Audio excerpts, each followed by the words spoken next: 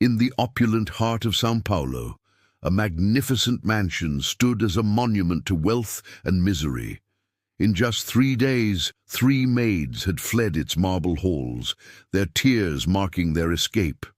Henrique Costa, the billionaire master of the house, had become a tyrant, his bitterness a poison that tainted everything he touched. Confined to a wheelchair, he ruled his golden prison with an iron fist, firing anyone who dared to disappoint his impossible standards. On the 4th day, as the sun rose, a young woman named Dandara Santos approached the towering gates. At 25, her clothes were worn, but her posture was straight, her eyes kind but unyielding. She was here for a job, a lifeline for her sick mother. The elderly housekeeper, Donna Gloria, opened the door, her face etched with pity. "He's difficult," she whispered. Dandara stepped into a world she'd only dreamed of. Crystal chandeliers dripped from the ceiling and the floors shone like mirrors. In the vast library, a man sat in a wheelchair, his back to her. It was Henrique. Without turning, his voice, cold as steel, cut through the silence. "You're late." Dandara glanced at the clock. It was 7:05 a.m. "You have until 1 o'clock, he commanded, gesturing to the towering shelves. "Organize all 462 of these books, alphabetically by author." Dandara's heart sank, but her resolve hardened. She worked frantically, climbing ladders, her muscles screaming, sweat dripping down her face. But by 1 o'clock she had done it. Every single book was in its place. She had survived day 1, but Henrique's cruelty was just beginning. The next day, he demanded she clean 63 windows until they were flawless, then wash his fine linen sheets by hand. From a distance, another employee, Christina, watched with a smug smile, praying for Dandara to fail. Henrique, lost in his own torment, remembered the crash 2 years ago, the screech of metal, the searing pain, and the day his fiancée, Camilla, walked away, unable to handle his new reality. He was trapped, and he wanted the world to feel his rage. That evening, Dandara limped home, every bone in her body aching, but the next morning she was back. Donna Gloria stared in disbelief. "You came back?" Henrique, furious that she hadn't broken, ran a white glove over a spotless window, searching for a flaw. Finding none, he invented one. "This is unacceptable," he roared. Dandara stood her ground, her voice quiet but firm. "Sir, you can try to humiliate me. You can give me impossible tasks, but you cannot take away my pride in my work. I will do my job, and I will do it well."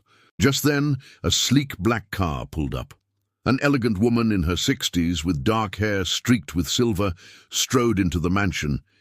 It was Henrique's mother, Donna Helena. She took one look at the tense scene, and her eyes narrowed. "Henrique," she said, her voice laced with authority, "how many maids have you fired this year?" In the library, she confronted her son, tears welling in her eyes. "I don't recognize you anymore. This bitter, cruel man. This version of you is killing me, Henrique." Her gaze then fell on Dandara, who stood silently by the door. A spark ignited in Donna Helena's eyes. "You," she said to Dandara, "can you dance?" Before Dandara could answer, Donna Helena gestured to the grand hall. "Dance for me." Confused but compelled, Dandara began to move. Her dance wasn't polished or technical. It was simple, natural, and beautiful, a story told through the sway of her body. Henrique watched, and for the first time in 2 years, something other than anger stirred within him. Donna Helena made a swift decision.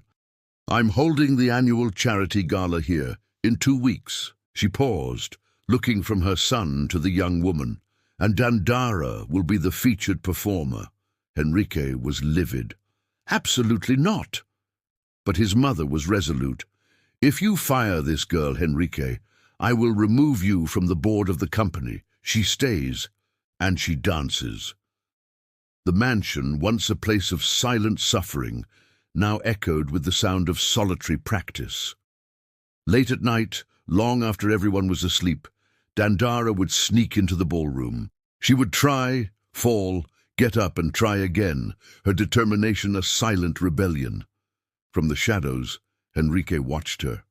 He saw her gaze drift to the photos on the wall, images of his past life, a life where he stood tall, smiling, with Camila by his side. One night, Dandara fell hard, crying out as a sharp pain shot through her knee. She sat on the floor, weeping in frustration and pain. Suddenly, a figure emerged from the darkness. It was Henrique, holding a pack of ice. Without a word, he gently placed it on her knee. It was the first kind gesture he had ever shown her. "Why do you do this to yourself?" he asked, his voice softer now. She looked at him, her eyes shining with unshed tears. "To prove that I exist, that I matter." A wall inside Henrique crumbled. He began to talk to her, describing the theory of movement, the lines of a pirouette, coaching her from his wheelchair. An unlikely connection formed between them, two broken people finding solace in a shared purpose. The day before the event, Donna Helena arrived with a box. Inside was a breathtaking red dress. "For the star of the show," she said, smiling. The night of the gala arrived. The mansion was transformed, bathed in golden light, adorned with hundreds of white and red flowers. 200 of São Paulo's elite mingled, sipping champagne. Henrique, dressed in a sharp black suit, greeted them with a practiced, empty smile. Donna Helena took the stage. And now, a special performance by the very talented Dandara Santos. A hush fell over the crowd, but there was only silence.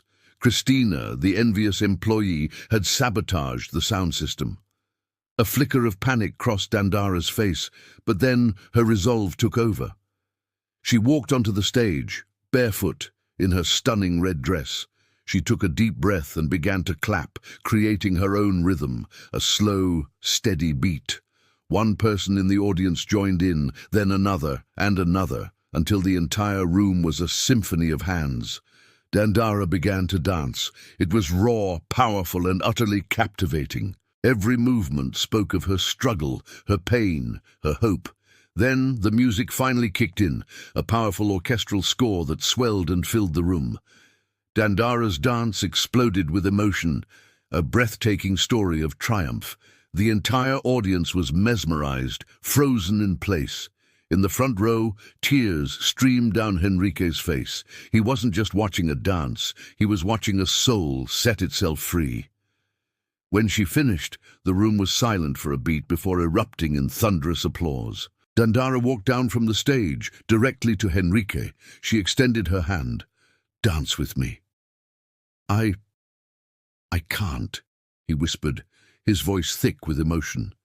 "You can," she said gently. "In your way." He took her hand. As she danced around his wheelchair, he moved his arms with her, his face alight. He was no longer a prisoner, he was part of the dance. The crowd rose to its feet, many of them weeping. Henrique looked at Dandara, his heart overflowing. "Thank you," he cried openly. She smiled, her own tears falling. "You're welcome, Henrique." The next morning, Henrique apologized to Dandara, his voice filled with a sincerity she had never heard. He offered to pay for her to attend a professional dance school. Months passed. Dandara thrived at her new school, while Henrique began the grueling process of physical therapy. There were days he wanted to quit, when the pain and frustration were too much, but Dandara would be there. "You promised," she'd remind him. "People like us don't break promises." They held each other up, two souls on a journey of healing. 6 months later, at the Municipal Theatre, Dandara took the stage for her first professional performance. In the front row, Henrique watched. As she took her final bow, he pushed himself up, leaning on his canes, and stood for 45 seconds to applaud her, a personal record. She ran from the stage and into his arms. The final scene isn't in a mansion or a theatre. It's in front of a modest building with a sign that reads, "The Dandara Santos Institute," a dance school for underprivileged youth. Henrique and Dandara stand together, watching the children inside dance and dream. Because courage isn't about never falling. It's about getting up every single time. And sometimes all we need is for someone to extend their hand and the courage to accept it.